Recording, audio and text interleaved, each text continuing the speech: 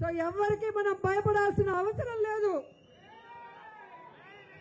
జనాలకి తోడుగా జగనన్నకి అండగా ప్రతి జిల్లాలో కూడా మనం అందరం కూడా ప్రజల పక్షాన పోరాటాలు చేస్తూ మళ్ళీ వైఎస్ఆర్ కాంగ్రెస్ పార్టీని అధికారంలోకి తీసుకురావాలి, జగనన్నని ముఖ్యమంత్రిగా చేసుకోవాలి అని ఈరోజు జగనన్న పుట్టినరోజు సందర్భంగా మనం అందరం ప్రమాణం చేసి ఆ విధంగా ముందుకు వెళ్ళాలని కూడా మీ అందరినీ కోరుకుంటున్నాను.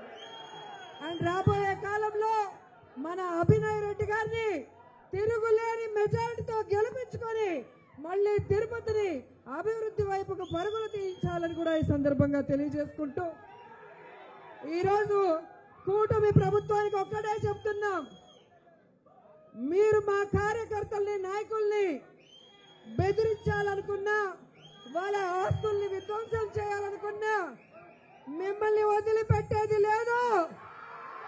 రాబోయేది జగనన్న ప్రభుత్వం, ప్రతి ఒక్కరికి వడ్డీతో సహా ఇచ్చేస్తామని కూడా ఈ సందర్భంగా తెలియజేసుకుంటూ ఈరోజు జగనన్న వేడుకలు రాష్ట్ర వ్యాప్తంగా ప్రతి వైఎస్ఆర్ కాంగ్రెస్ పార్టీ అభిమానికి నాయకుడికి మాలాంటి సైనికులకి విధేయకులకి పండుగ లాంటిదని కూడా సందర్భంగా తెలియజేసుకుంటూ ఈ పండుగలో నాకు అవకాశం ఇచ్చినందుకు మరోసారి మా గురువు గారికి కృతజ్ఞతలు తెలియజేసుకుంటూ మా అభినయ్ రెడ్డికి విషయం ఆల్ ద బెస్ట్. అభినయ్, రాబోయే కాలంలో 70,000 మెజారిటీతో ఇదే తిరుపతిలో నువ్వు గెలవాలని మనస్ఫూర్తిగా వెంకటేశ్వర స్వామిని కోరుకుంటూ సెలవు తీసుకుంటున్నాను.